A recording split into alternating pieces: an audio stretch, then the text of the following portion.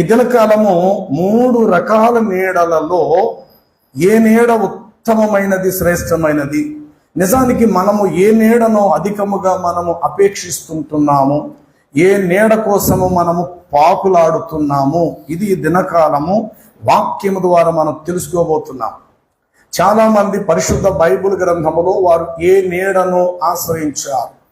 కొన్ని సందర్భాలలో నీడ మన మీద నుండి మన పరిస్థితులను బట్టి తొలగించబడతారు. మనం చెడ్డవారమైనా మంచివారమైనా మన నీడ మన వెనకాతలు వస్తుంది, కానీ మన నీడ ఎప్పుడు మనకు సహాయం చేయలేదు. ఎదురుగా ఒకడు ఆయుధం ధరించుకొని వచ్చి మనల్ని పొడవటానికి చంపటానికి వస్తున్నప్పుడు కింద ఉన్న నీడ ఒక్కసారి పైకి లేచి అడ్డుపడి, ఏమిట్రా ఈ వ్యక్తిని నువ్వు చంపుతున్నావు, నేను ఇతనికి నీడగా ఉన్నాను, ఇతనికి అపాయం రాకుండా నువ్వెవరో ఇతన్ని చంపడానికి ప్రయత్నం చేస్తానని చెప్పి మన నీడ లేచి అవతల వాడితో యుద్ధం చేసో మన ప్రాణాన్ని కాపాడటానికో మన నీడ మనకు సరిపోదు. ఇది ఒకటి. 2, ఇల్లు అనే నీడ ఎప్పుడు మనకు ఉంటుంది. మన ఎంత దూరాన ప్రయాణం చేసి వచ్చినా ఆ సమయానికి మన ఇంటికి వెళ్ళి తలుపులు తీసుకొని వెళితే మన ఇల్లు నీడ మనకిస్తుంది. అలాగని చెప్పి మనం ప్రయాణం చేస్తున్నప్పుడు మనకు కాపుదలగా భద్రతగా ఉన్న మన ఇంటి నీడ మనతో ప్రయాణం చేసి రాదు. ఎంత దూరమైనా తిరిగి ఇంటికి మనం రావాలేమో తప్ప దూరాన ఉన్నామని చెప్పి మన ఇల్లు పరిగెత్తుకుంటూ మన దగ్గరికి రాదు. ఇది 2వ నీడ. 3వది శ్రేష్టమైనది దేవుని యొక్క రెక్కల నీడ. 57:1 మీరు చదివితే అక్కడ అంటాడు, యెహోవా నిన్ను నేను శరణజోచుచు ఉన్నాను, ఈ ఆపదలన్నీ తొలగిపోయే వరకు నీ రెక్కల నీడను నేను శరణజోచి ఉన్నాను. ఆపద తొలగిపోయే వరకు, ఈ ఆపదలన్నీ కూడా తొలగిపోయే వరకు నీ రెక్కల నీడను నేను శరణజోచి ఉన్నాను. చాలండి, ఈ నీడ శ్రేష్టమైంది. ఎందుకో చాలా మంది ఈ నీడకు దూరం అవుతారు. నా వైపు చూడాలి మీరు. ఈ నీడకు దూరంగా ఉంటారు. తమ అందముగా కట్టిన ఇంద్రభవనాలు వంటి తమ నీడను వారు అధికముగా ఆశ్రయిస్తారు. తమ నీడ, తాము కట్టుకున్న నీడ మీదే అధిక ప్రాముఖ్యతనిస్తారు. దేవుని యొక్క రెక్కల నీడలో దొరికే సురక్షతని ఎందుకు కొంతమంది వదులుకుంటారు. జాగ్రత్త. దిన కాలము దేవుని యొక్క రెక్కల నీడ ఎంతటి విశేషమైనది. కొన్ని సందర్భాలలో భక్తిహీనత వాడి హృదయములో ఆ దేహోక్తి వలె పనిచేస్తున్నది అన్న సందర్భం దేవుడు ఎవరి జీవితాలనైతే చూస్తాడో, నిన్నటి వరకు దేవుడు నీడగా ఉంచిన ఆ నీడనట కొన్ని సందర్భంలో ఎత్తి అవతల పారేస్తాడు. ఆ మాట మీరు చూడాలి. సంఖ్యాకాండము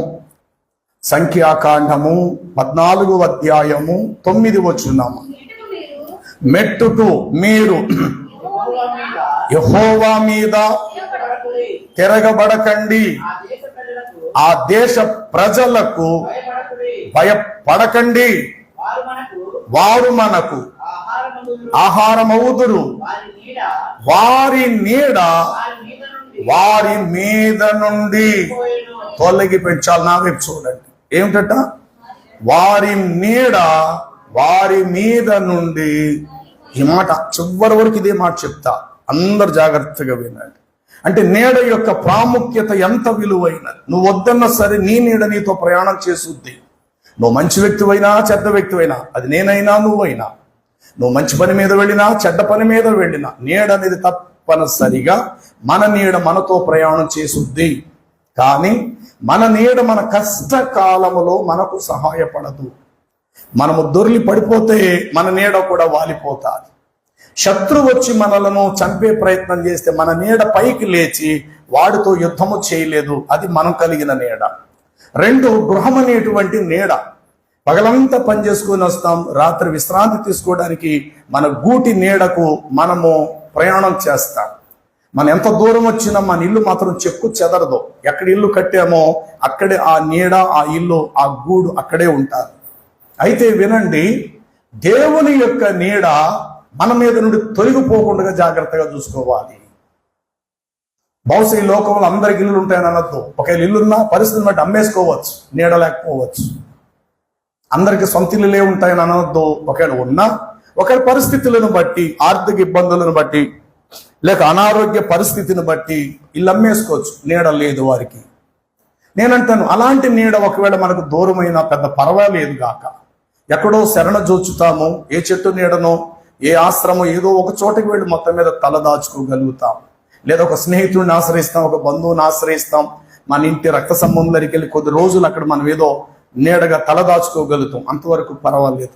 కానీ దేవుడు నీ మీద నా మీద ఉంచిన నీడ మాత్రము తొలగిపోకుండా చాలా జాగ్రత్తగా చూసుకోవాలి. ఇది మాత్రం వాస్తవం. అక్కడ రాయబడిన మాట, మీరు మీ దేవుడైన యెహోవా మీద తిరుగుబాటు చెయ్యకండి. తర్వాత ఆ దేశ ప్రజలకు మీరు కనీసం భయపడకండి, వారు మనకు ఆహారమగుదురు, వారి నీడ వారి మీద నుండి తొలగిపోయిన. నీడ అనే మాటకు అర్థం సహాయం. నీడ అనే మాటకు నీకు కాపుదల. నీడ అనేటువంటి మాటకు అర్థం నిన్ను భద్రపరిచేది. చూడండి, 4 యెషయా గ్రంథము 6వ వచనాన్ని మీరు చదివితే ఇలా వ్రాయబడి ఉంటుంది. త్వరగా, పగలు ఎండకు నీడగాను, గాలివానకు ఆశ్రయముగాను, చాటుగాను పర్ణశాల ఒకటి నీ ఉంచితివి. ఆ పర్ణశాల యేసు ప్రభు. ఎండ దెబ్బలో వారికి నీడగాను, గాలివానలకు ఒక ఆశ్రయముగాను, వారిని చాటుగా నువ్వు దాయటానికి ఒక పర్ణశాల. 91లో చెప్తాడు, మహోన్నతుని చాటున నివసించు వాడే సర్వశక్తుడగు దేవుడిని యొక్క నీడను విశ్రమించువాడు. ఆయనే నాకు ఆశ్రయము, నా కోట, నేను నమ్ముకును నా దేవుడు. ప్రియులారా, మరలా చెప్తున్న, లోకములో మనుషులు మనకు నీడగా పెట్టుకుంటాం. మన భర్తే ప్రథమమైన మనకు నీడ. కానీ ఉంటారు ఉండరు చెప్పలేం. కొందరు కుటుంబాలు తమ పిల్లలే వారికి ఒక ఆశ్రయం, ఒక నీడ. వారు ఉండొచ్చు, ఉండకపోవచ్చు. లేక పిల్లలకు తమ తల్లిదండ్రులే వారికి పెద్ద నీడ, పెద్ద ఆస్తి. ఆ నీడ వారు ఉండొచ్చు, ఉండకపోవచ్చు. అనుకుంటాం అందరూ కూడా మనతోటే ఉండాలని, అందరూ కలిసే ఉండాలని, మనలో ఎవరికి మరణం రాకూడదనో, ఎప్పుడు కూడా ఒకరి నీడ ఒకరి మీద ఆనుకుంటూ, ఒక కొమ్మ మరొక కొమ్మ మీద, ఆ కొమ్మ నీడ మరొక కొమ్మ మీద, అలాగే బుజ్జిగా అల్లుకుంటూ ఆ నీడలో ఉండాలని మనం అనుకుంటాం. పెరిగిన కొమ్మలు కొన్ని సందర్భంలో ప్రవాహానికి అవి ఇరిగిపోయినట్లు, అధికమైన గాలి వాన దెబ్బ తగిలినప్పుడు చెట్టు ఉండొచ్చు గాక, కొమ్మలు తెగి నరికి పడిపోయినప్పుడు ఆ ప్రాంతంలో కొమ్మ నీడ లేకపోయేసరికి ఎండ తీవ్రత అనేది రావటం ఖాయం. అది ఎట్లా జరుగుతాదో మన జీవితాల్లో కూడా మనము కలిగిన నీడలు నీడలు నీడలు, మనం అనుకునేటువంటి నీడ సదుపాయం అనేటువంటి నీడలు అప్పటి వరకు మనతో ఉండొచ్చు. అది కుమారుడైనా, అది కుమార్తె అయినా, అది తల్లి అయినా, అది తండ్రి అయినా, అది రక్త సంబంధైన అన్నదమ్ములైనా, అక్కా చెల్లెండ్రులైనా నీడగా మనకు ఉన్నారని మనం అనుకుంటాం. కానీ మనం ఉంటాం, మనకు నీడగా ఉన్నవారు ఉండకపోవచ్చు. లేక వాళ్ళు అనుకోవచ్చు, నా తల్లిదండ్రులే మాకు నీడ, వారు ఉన్నంత వరకు మాకేం పర్వాలేదు అనుకోవచ్చు. పిల్లలు ఉంటారు, కానీ తల్లిదండ్రులుగా మనం ఉండకపోవచ్చు. అంటే ఆ నీడ వారి నుండి తొలగిపోయిన సందర్భాలు ఎదురవుతుంటాయి. ఈ విధంగా మనుషుల నీడ ఒకవేళ మనిషికి దూరమైన పెద్ద వచ్చే నష్టం అయితే ఏమీ లేదు. కానీ దేవుని నీడ మాత్రము మన మీద నుండి తొలగిపోకుండానట్లు చాలా జాగ్రత్తగా చూసుకోవాలి. ఒక దినాన హిజ్కియాకు 10 మెట్లు నీడ ముందుకు వెళ్ళిపోయింది. అతడు మరణానికి దగ్గరికి వెళ్ళిపోయాడు. రాజుల 2వ గ్రంథము 20వ అధ్యాయము 9వ వచనము, తాను సెలవిచ్చిన మాట దేవుడు నిజంగా నెరవేరుస్తాడని నమ్మకానికి ఆయన దయచేసిన ఒక అద్భుతము ఏదైనా ఉన్నదా అని అడిగినందుకు నీడ 10 మెట్లు ముందుకు సాగినది. అది మరలా 10 మెట్లు వెనకకు వచ్చిన ఎడల సరేనా అని అడిగినందుకు నీడ 10 మెట్లు ముందుకు నడిచినట్లుగాను, నీడ 10 మెట్లు వెనకకు నడిచిన ఎడల చాలంతే చాలంతే చాలంతే. విషయం ఏంటి ఇక్కడ? సందర్భం ఏంటి? ఇప్పుడు హిజ్కియా మీద నుండి నీడ తొలగిపోబోతుంది. దేవుడిచ్చిన ఆయుష్కాలం, దేవుడిచ్చినటువంటి ఆయుష్కాలం పూర్తవుతుంది. అతడు తన ఇంటి వారికి నీడగా ఉన్నాడు, ఎందుకంటే రాజు, చక్రవర్తి. ఇప్పుడు ఆ నీడ తొలగిపోయేటువంటి సమయం ఆసన్నమైనది. ప్రవక్త వచ్చి చెప్పాడు, అబ్బాయి నువ్వు మరణిస్తున్నావు, నీ నీడక ఉండదలుచుకోలేదు, నీ ఇల్లు నీవు చక్కబెట్టుకో అన్నాడు. ఆ మాట విన్న రాజైన హిజ్కియా గోడ తట్టు తిరిగి కన్నీళ్లు విడిచి యెహోవాని ఇట్లని ప్రార్థించాను. సరే, అతని ప్రార్థన దేవుడు ఇష్టపడ్డాడు, అంగీకరించాడు. అతనికి మరల దేవుడు నీడ అనే ఆయుష్కాలం ఇవ్వాలనుకున్నాడు. దేవుడు నీడ అనేటువంటి దయా కిరీటం తన తల మీద నీడగా ఉంచాలని దేవుడు అనుకున్నట్టున్నాడు. మరల ఏ వ్యక్తి నోట నువ్వు చనిపోబోతున్నావు, నీళ్లు చక్కబెట్టుకో అని అనిపించినాడో సరిగ్గా దేవుడు అదే వ్యక్తి నోటంట ఒక శుభప్రదమైన మాట కూడా చెప్పించాడు. అప్పుడప్పుడు దేవుడు మన నోటంట ఖండితమైన మాట రప్పిస్తాడు, నిన్ను జీవితాన్ని ఆదరించటానికి ఆదరణకరమైన మాటను కూడా రప్పిస్తాడు. రెండిటిని కూడా నువ్వు సమానంగా తీసుకోవాలి. ఏంటండి పాస్టర్ గారు ఈ మాట ఇంతగా అనేసారేటండి, ఏమండి అలా అనొచ్చంటారా, ఏమంటే భయపడతారు కదండి విశ్వాసులు, అంతటి మాట అలా అనొచ్చంటారు, అది న్యాయం అన్న మాట ఎప్పుడు కూడా అనకూడదు. అది చీల్చేదైనా దాన్ని ఇష్టపడాలి. కడుపులో క్యాన్సర్ పుండు ఉన్నప్పుడు వైద్యుడి దగ్గరికి వెళ్ళినప్పుడు పైన మందు రాసి నీ క్యాన్సర్ పుండు తగ్గించడం, కత్తితో కోయటం ప్రారంభిస్తాడు. కత్తితో కోస్తాడు, ఆయన ఖచ్చితంగా కోస్తాడు. మరి ఇప్పటి కాలం అయితే ఆ యొక్క మచ్చ ఇంజక్షన్లో ఉన్నాయి, ఎక్కిస్తున్నా ఏం తెలియలేని పరిస్థితి. మరి పూర్వకాలం అయితే ఇంకా ఘోరం కదా. ఒక దెబ్బలు తగిలితే తగ్గటానికి ఇక ఆపరేషన్ చేయడానికి ఈ రోజు చక్కని మెడిసిన్స్ వచ్చేసేసి తక్కువ టైంలో లేచి మళ్ళీ నడిచేస్తున్నారు మనుషులు. మరి పూర్వకాలం అయితే ఎంత బాధో అంత బాధ ఖచ్చితంగా వారు అనుభవించవలసిందే. కాబట్టి క్యాన్సర్ పుండుతో వెళ్ళినప్పుడు అతడు పైన ఆయింట్మెంట్ ఏదో రాసేసి వెళ్ళిపోమని చెప్పడు. అది నీ కడుపులో ఉన్నది చాలా పెద్ద ప్రమాదకరమైంది. దానికి సరైనటువంటి గుణపాఠము కత్తితో నీ కడుపు చేల్చాలి. అలా కాదండి, ఇప్పటి వరకు నాకు చిన్న మచ్చ కూడా పడలేదండి, అయ్యయ్య మీరు ఏమనుకోవద్దు, అసలు చేల్చకండి, నా తెల్లని పాల వంటి శరీరం మీద ఒక చిన్న మచ్చ కూడా ఇప్పుడు పడలేదండి, అలాంటిది ఇక్కడి నుండి ఇక్కడ దాకా కడుపు చీల్చేస్తానంటున్నారు, అయ్యా మీకు దండం పెడతానంటే డాక్టర్ ఏమి ఇచ్చాడు, వదిలేస్తాడు. కానీ కత్తి మీద పడి నాటుపడి గాయపరచబడితే కొంతకాలం మనం బ్రతుకుతామేమో, కానీ కత్తిపోటు యొక్క నాటు నాకు వద్దు అని అనుకుంటే గనుక క్యాన్సర్ పుండుతో తక్కువ టైంలోనే మనం మరణిస్తాం ప్రియులారా. కాబట్టి ఒక వైద్యుడు మనం సంప్రదించినప్పుడు అతడు కత్తితో గాయం చేసి ఆ పుండు యొక్క వేర్లతో సుద్దా దాన్ని పెకలిస్తాడనమాట. మునుపటి వల్ల మరలా కట్టు వేస్తాడు, కుట్లు వేస్తాడు, గాయం కట్టు కడతాడు. ఆయుష్కాలం పెంచబడుతుంది, దిన జీవితం సాగుతుంది. కాబట్టి దేవుని యొక్క మాట రెండంచులు కలిగిన వాడి గల ఖడ్గం ఉంటుంది. రెండు వైపులు షార్పుగా పదునుగా ఉంటుంది. ఒకవైపు మనల్ని ఆదరించే మాటగా ఒక తల్లిగా తండ్రిగా ఆదరించేవాడుగా ఉంటాడు, మరొక వైపు ఆయన యజమానులుగా ఉండి పనివాణ్ణి ఖండించినట్లుగా కూడా ఆయన మనం ఖండిస్తాడు. రెండు మాటలు మనం సమానంగా తీసుకోవాలి.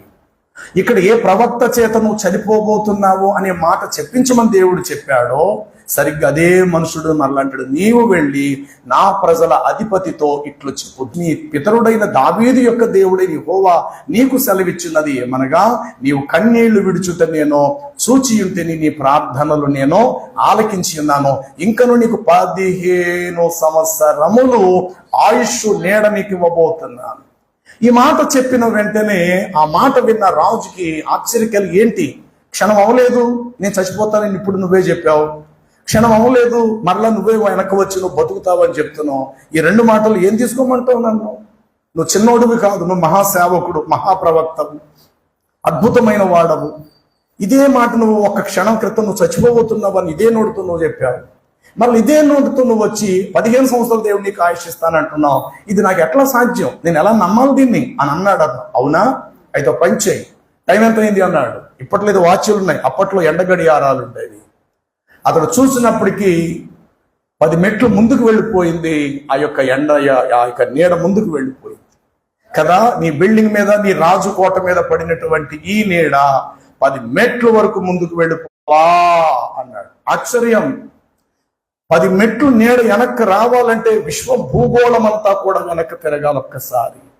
అది రుబ్బురోలు కాదు, రుబ్బురోల్లో ఉన్న 5 కానించి 10 మెట్లు పైకి రండి, 5 4 3 2 1 తర్వాత 12 11 11 10 9 8 అంటే ఉదయం 8 అయిపోయింది.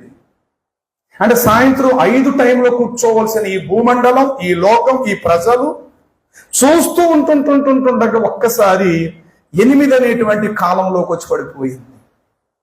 అప్పుడే మనుషులు ఇంట్లోంచి లేచినట్లు, అప్పుడే పొలం పనులకు వెళుతున్నట్లు, అప్పుడే ఇంట్లో ఉదయం టిఫిన్ వేసుకునేటువంటి వాళ్ళు టిఫిన్ వేసుకుంటున్నట్లు, అప్పుడే నాగటి ఒకడు భుజం మీద పెట్టుకుని నేను పొలం పనికి వెళ్తున్నాను, పిల్లలు జాగ్రత్త మధ్యాహ్నం బేగ వచ్చేస్తాను అని ఒకడు పొలం పనికి వెళ్తున్నట్లు ఒక్కసారిగా కాలము, సమయము, భూమండలము ఒక్కసారిగా మారి ముందుకు పరిగెత్తుకుంటూ వెళ్ళినటువంటి 10 మెట్ల యొక్క నీడ మరల రిటర్న్ తిరిగి వెనక్కి రాగలిగినది. ఇది దేవుడు చేసేటువంటి అద్భుతం. అక్కడేం చెప్పాడు తెలుసా?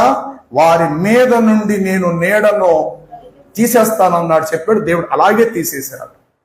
కాబట్టి వినండి, మన జీవితంలో కూడా మనము నీడను ఆశపడతాం. ఏమండి, పిల్లలకి ఏదో ఒక నీడ, ఒక దారి చేయాలి కదండి, అయ్యో వాళ్ళకంటే ఏదో నీడ ఉండాలి కదా, మేమంటే ఇప్పటివరకు ఏదో అద్దు కొంపలు అలా ఉంటున్నాం, కానీ పిల్లలకంటే ఏదైనా ఒక నీడ ఉండాలి అన్నట్టు మాటలు మనం మాట్లాడతాం. వాస్తవమే, మనుషులుగా మనము ఒక నీడను మనం ఆశ్రయిస్తాం. మనమే కాదుగాక సృష్టిలో సకల జీవరాశులకి నీడ అవసరం. యెహెజ్కేలు గ్రంథము 17వ అధ్యాయాన్ని మీరు చదివితే అక్కడ వాక్యములో ఇట్లా రాయబడి ఉంటుంది. ఇజ్రాయేలు దేశములో ఎత్తైన ఎత్తుగలిగిన పర్వతము మీద నేను ఒక దేవదారు వృక్షమును ఒకటి నేను నాటగా అది శాఖలు శాఖలుగా కొమ్మలు విడిచి బహుగా ఫలించు శ్రేష్టమైన దేవదారు వృక్షమగును. సకల జాతుల పక్షులు దానిలో గూళ్ళు కట్టుకును, దాని కొమ్మల నీడను అవి దాగును. చాలండి. ఏమిటివి? పక్షులని చెప్పండి. అంటే వాటికి కూడా ఏం అవసరం వచ్చింది? మరి పక్షులకే నీడ అవసరమైనప్పుడు మనుషులమైన మనకు నీడ అవసరం లేదా? ఎస్, కావాలి. నువ్వు అడగకపోయినా నీతో ప్రయాణం పగలు రాత్రి ఇంట్లో కూడా నీతో నీడ నడుస్తారు. రోడ్డు మీదనూ నీడ నడుస్తుంది.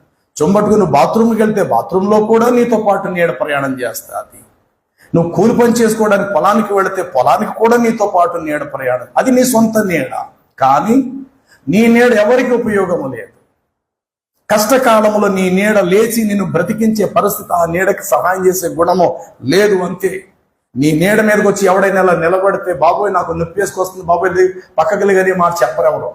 విచిత్రం ఏంటంటే మన దేశపు అజ్ఞానంలో కొందరికి దయ్యం పట్టుకుంటే ఆ వ్యక్తి యొక్క నీడ మీద చెప్తూ కొడుతుంటారు. చాలా విచిత్రం. దయ్యం పట్టుకున్నది ఆ మనిషి రోడ్డు మీద నిలబెడితే ఆమె యొక్క నీడ కనబడితే చెప్పు తీసుకుని ఆ నీడను కొట్టేస్తుంటారు, దానికి ఏదో తగిలేసినట్టు. ఇవన్నీ కేవలం అజ్ఞానంలోకి వెళ్ళిపోయేటువంటి దారులు ఇవన్నీ కూడా.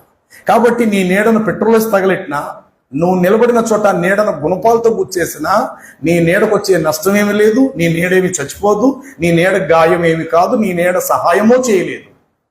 ఇది వాస్తవం.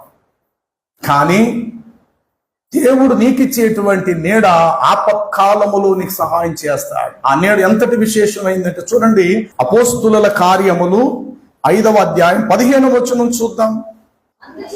అందుచేత పేతురు వచ్చుచుంటుండగా జనులు రోగులను వీధుల్లో రోడ్ల మీదకు తీసుకొచ్చి వారిలో ఎవరి మీదనైనను అతని నీడ అయినను పడవలనని మంచముల మీద పరుపుల మీదను వారిని ఉంచిరి. మరియు చాలండి, అలాగే నీడ పడిన వారందరూ రోగులు శుద్ధులై. అమ్మా ఎన్న వచనం అది? చివరి వచనం ఏం రాయబడింది అక్కడ? వారందరూ మోసుకొని పోబడుచుందరి. వారందరూ కారణం ఏమిటి? అతని మీద దేవుని నీడ ఉంది. చెప్పాలి, అతని మీద దేవుని నీడ. అది పేతురు నీడ కాదు. ఎస్, అది పేతురు నీడ కాదు. పేతురు మీద నీడ ఉంచాడు. మీరు చదివిన కీర్తన ప్రకారము, దేవా నీ రెక్కల నీడను నేను శరణజోచి ఉన్నాను లేక ఆశ్రయించి ఉన్నాను. ఎప్పుడైతే దేవుని రెక్కల నీడలో కదా నువ్వైనా నేనైనా చొచ్చుకుపోతామో, ఆ నీడలోకి మనం ప్రవేశపెట్టబడతామో, ఆయన నీడ నీ మీద ఉన్నంత వరకు కూడా నువ్వు వెళ్ళిన ప్రతి చోట దేవుడు నీకు విజయాన్ని ఇస్తాడు. అవమానం కలిగినట్లు ఉండొచ్చు, కానీ త్వరలోనే ఆ గాయాన్ని మానుపుతాడు. నింద ఎదురైనట్లు ఉంటుంది. ఆ నింద వెనకాతల ఘనతను కూడా దేవుడు దాచిపెడతాడు. దానికి ముందు పేతురుని తీసుకెళ్లి చెరసాల్లో వేశారు, ఆ తర్వాత చెరసాల్లో వేశారు. కొరలతో కూడా కొట్టారు ఆ పెద్ద మనిషిని, చెరసాల్లో వేసేశారు. చివరికి రోమ్ పట్టణ వాటికన్ సిటీలో తల్ల క్రిందులుగా పేతురుని సిలువ వేసి చంపేశారు. అలాగని చెప్పి దేవుడు ఆయనకి ఇవ్వాల్సిన నీడ అంతము వరకు తీసివేయలేదు. కానీ మీరు చదివిన సంఖ్యాకాండములో మాత్రము వారి నీడ నేను వారి మీద నుండి తొలగిస్తాను అన్నాడు దేవుడు. కాబట్టి ఆలోచన చెయ్యండి. మనుషులుగా మనం నడిచేటప్పుడు నీడ మనతో ప్రయాణం చేస్తుంది. అది ఒక రకమైన నీడ. రెండు, ఏదో అద్దిల్లో, సొంతిల్లో, గవర్నమెంట్ వారి చిన్న ఇల్లో ఏదో ఒక చిన్న నీడ మనకుంది, సంతోషముగాక. నేనంటాను, ఈ రెండు నీడల కంటే కూడా అతి ఉత్తమమైనది, అతి శ్రేష్టమైనటువంటిది ఏంటంటే దేవుడు నీ మీద ఉంచవలసిన నీడ. ఆ నీడ తొలగిపోకుండా నువ్వు చూసుకో.